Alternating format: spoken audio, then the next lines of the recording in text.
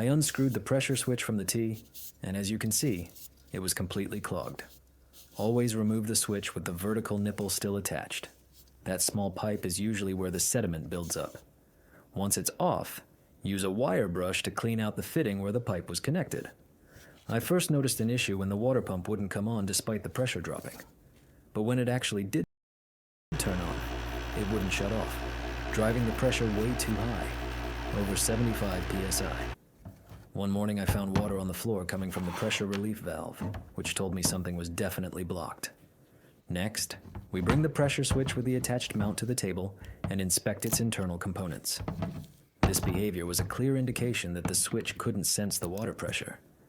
Even though I ordered a new one, Christmas shipping delays forced my hand.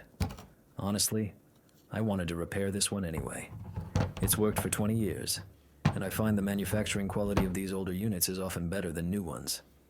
As water pressure builds up, it pushes against the diaphragm, which then presses on this metal ring. This ring has two arms that act as a lever, pushing against the internal mechanism to disconnect the terminals and cut power to the pump.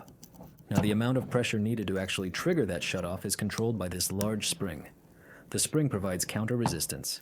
It's basically pushing back against the water. If you want higher pressure in your system, you tighten this spring. By doing that, you're making the water pump work harder. It has to exert more force to overcome that spring tension and turn the pump off. I highly recommend installing a pressure relief valve. It saved this system from burning out the motor and bursting the pipes. As an engineer, I always want to make sure safety is in place. Whether it's hardware or software, engineering is about solving problems. Speaking of software, if you stick around to the end, I have a promo code for an app I helped build. Upon opening it, I found heavy calcification on the diaphragm, along with sand and clay clogging the pipe. Luckily, this rare hexagon-shaped diaphragm was still flexible. In the next video, I show how I cleaned it and put the switch back into service.